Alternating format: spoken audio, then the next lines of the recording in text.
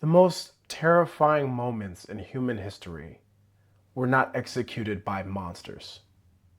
They were executed by ordinary people. The neighbor who denounced another neighbor. The soldier who followed orders. The police officer who went along with the crowd. Ordinary people in extraordinary circumstances, making the wrong choice. And they do that because the group made it easier to go along with them than to stand apart. My name is Colin Charles. This is Enoch Marketing, and this is Law 14 of Robert Greene's Laws of Power. And that law is resist the downward pull. Greene opens with Law 14 with an observation that cuts to the very center of every human social behavior. And that is, every group that you have ever belonged to has exerted a gravitational pull on your behavior. Whether that be your family, your school, your gym, the military, your company, your country, there's a pull, and it's always downward. Not because groups are inherently bad, but because groups always exert pressure towards conformity, towards the average, towards the path of least resistance. And if this sounds like it's echoing throughout this series, it's because it is. Greene does a very interesting thing where he will present one good thing you should do, a prescription, if you will, of human nature, and then an acknowledgement of something that is terrible. And he oscillates on this throughout the book. And if you've been able to reflect on everything that has happened in this series up until now, he oftentimes creates a depiction of, hey, do this, analyze your shadow, integrate yourself, live with a higher purpose, simultaneously showing that the opposite, the pull towards conformity, the androgyny, the masks that we wear, the short-sightedness that all comes as a result of human nature will ultimately lead to the downfall of your communities and society. And when that pull that is created throughout all of those behaviors intensifies, and when the ideologies hardens into dogma, and when loyalty becomes the primary virtue, and when the cost of dissent gets too high, something outrageously dangerous happens. There's a snap where the individual stops thinking, and that individual starts to execute the will of the group. Greene uses the Cultural Revolution in Communist China as his historical anchor. Beginning in 1966, Mao Zedong launched a campaign to purge China of traditional culture, intellectualism, and perceived counter-revolutionary elements. The enforcement arm of his ideology were the Red Guards, that were mostly young people, meaning students and teenagers. They conducted public denunciations.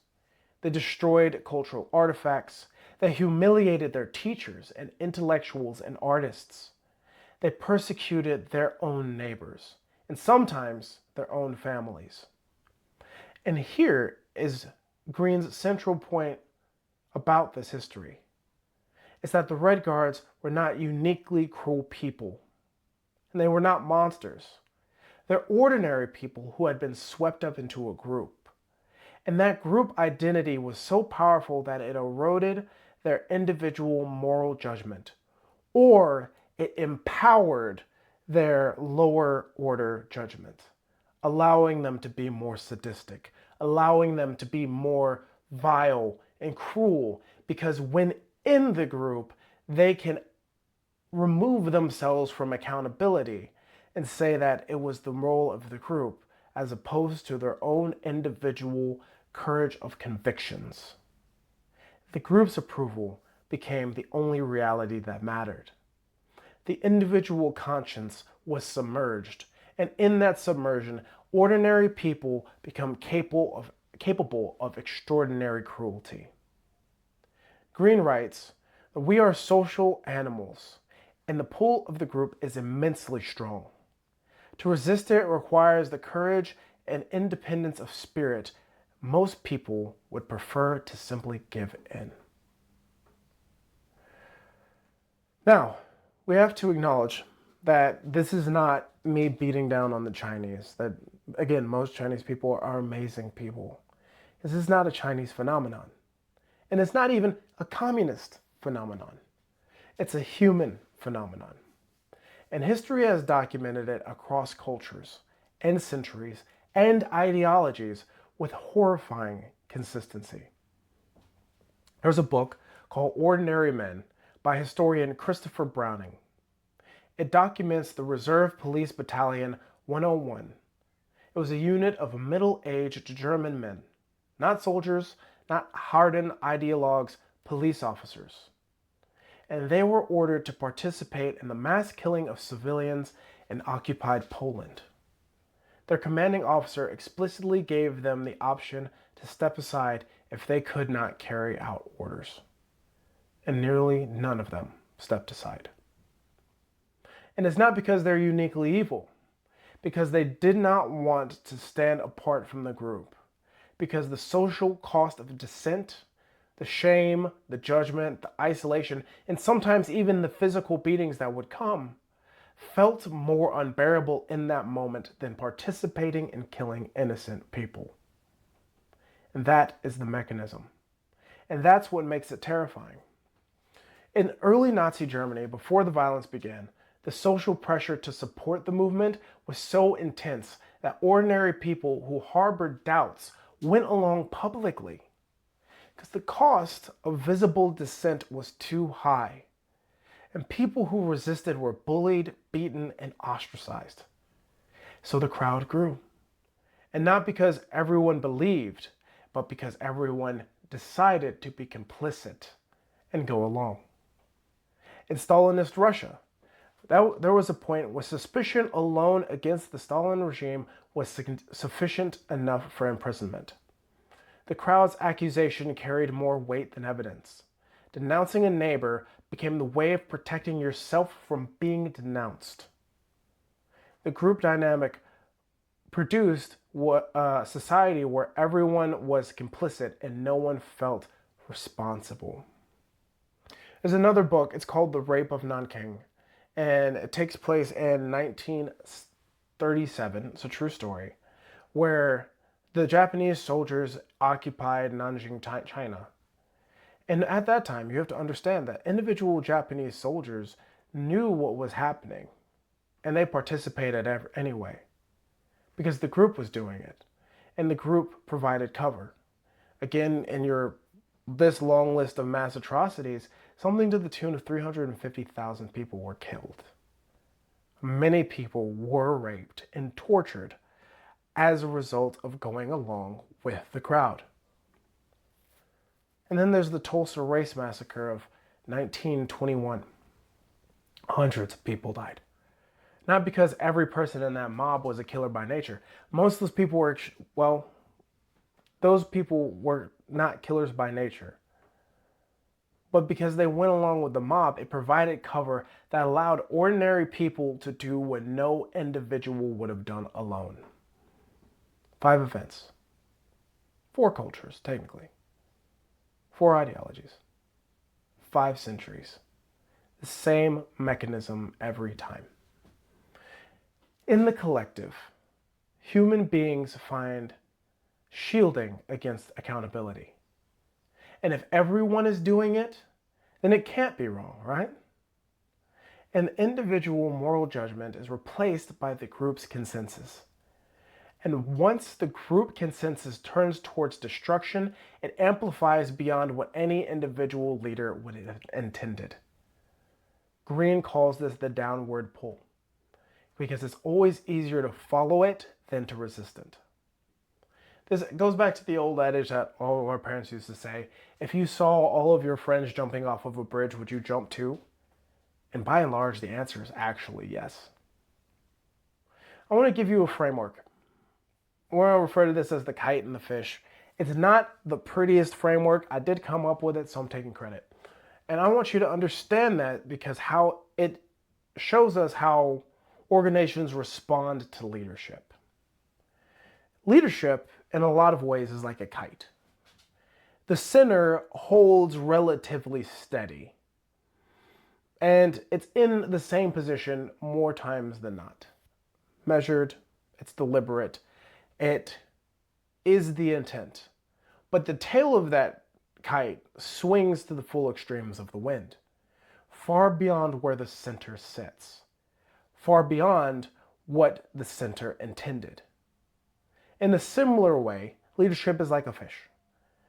If the body occupies one position, but it's the tail that whips out to the extremes of the fish's reach. And it does push the leader forward, typically. The extremes happen at the followership level. If a leader moves a little, the extremes are going to move a lot. People who follow a leader do not do so simply to replicate the intent of their leadership. They amplify it. They take the direction and push it to its logical extreme. And that does happen in both directions. If a leader says he wants to punch someone, his followers are going to start a war. If the leader says he wants to give to the poor, then his followers are going to feed the multitudes. Mao did not personally conduct every public humiliation in the Cultural Revolution. His Red Guards did. The young people who took the ideological intent of their leader and amplified it to its most extreme expression did the dirty work. And this is why people who are at the top of any organization must be held to an extremely high standard. Not to tear down leaders, but because their desires, their examples, their words can be taken to extremes by the people who follow them. And they will go further than the leader ever imagined, further than the leader ever intended. I'm actually reminded in this, and I'm breaking off with the teleprompter, of John Wilkes Booth. So if you know the story of John Wilkes Booth, now we are focusing on a follower. He was a man of the Confederacy, and after the war had concluded, John Wilkes Booth went to assassinate Lincoln. That was not what his leadership advised him to do, and they actually denounced him afterwards for the assassination. And that's because followers will go further than their leaders intend. Therefore, if you are a leader, you are held to an extremely high level of scrutiny, and you must uphold a very high standard, because the tail always travels further than the body. Now, this law really did bother me a lot. Not in the way that I'm frustrated with Greene's argument or the way that he put it. I'm frustrated because it's so true. And we have been fortunate to live in largely a peaceful time. And especially in America, things get very odd because we elect leaders who speak our language of what we want, oftentimes articulating the darkest parts of what we want to say. The leaders then vocalize our shadows, so we support them, and then in doing so, they become these people in this position that then justifies the acting out of our lower selves. And the fact of the matter is, all across our government, on both sides of the aisle, there's been some dirty things that have happened. And we need to hold not only ourselves, but our leadership accountable to do what we know is right. And further than that, we must also take a position where we lead our own leaders. Because leadership is not a position. It's a characteristic. And anyone can lead at any level. And it is the person who accepts the burden of leadership who then shapes the culture that impacts the betterment or the detriment of our communities. This law is particularly important to me because, again, the CrossFit world, your gyms tend to go one of two ways, right?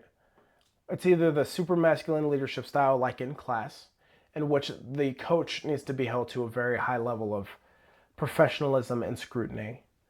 And then there's also the leadership, where the owner is giving the je ne sais pas. It is the owner gives the culture to the coaches, and then the coaches then give that to your people.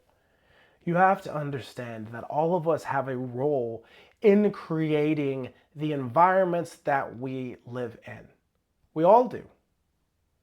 That doesn't matter if you are the person who is the person who sweeps at night, or you're the person who is in front of the press on Monday morning. Everyone has a role to play in the betterment of our communities, in the betterment of our schools, in the betterment of our government, in the betterment of our gyms, in the betterment of our companies. Everyone has a role. And this illusion that we have where we can abdicate our accountability because we belong to the group is nothing less than moral cowardice and laziness. It is what it is. You want to do something that's important, you want to do something that's good, you have to be the one to initiate making the world a better place. And yes, that is going to sometimes run into conflict with other people who are also trying to make the world a better place. That makes it difficult. Work on your communication skills. But when you are in a position where you are elevating your thinking, you are integrating yourself, you have addressed your shadow, you are living with purpose, you are doing all of these things that Robert Greene recommends in this book to live in your most authentic, true, grounded self, you will instantaneously be making the world better. Robert Greene does a very good job of explaining why resisting the downward pull is so important. But before he gets to that, he lays out the steps on how to resist the downward pull. Integrate, elevate your thinking, address your shadow, live a life with purpose. And I find it very interesting because of looking at it as a person who has reviewed this chapter by chapter, I find that Greene could say that the best way to improve your life, your world, your experience, and achieve your destiny is to do those things. And those things can be boiled down to tell the truth and be your authentic self and take responsibility. That's it. Be authentic, take responsibility. Which sounds very similar to what Dr. Jordan Peterson would say, tell the truth always, or at least don't lie. And take responsibility. That's it. Now if you're listening to this, chances are you are a CrossFit gym owner or coach, or you're an entrepreneur who likes talking about the philosophical sides of business and culture and whatnot, and how we can leverage those things to impact your business positively. You have a responsibility. And if you're in a position of any sort of entrepreneurial venture, you've already taken responsibility. My question to you would be, are you living authentically? Have you given yourself the space to discover not only who you are, who you're not, what has happened in your life, where's your life going, to integrate your shadow and live your authentic self? And once you know yourself, and to thine own self be true, are you bringing that into the world so that you can resist the downward pull that leads to the deaths of 350,000, the deaths of innocent Polish people, the deaths of innocent Americans? Are you? Or are you just going with the flow, with the group, with the crowd, going with whatever's going to bring you the dollar? And if you are, I would ask you, are you comfortable living that life? Or is there a life that you want to live that is more compelling, that requires the best of you and requires you to be authentically you.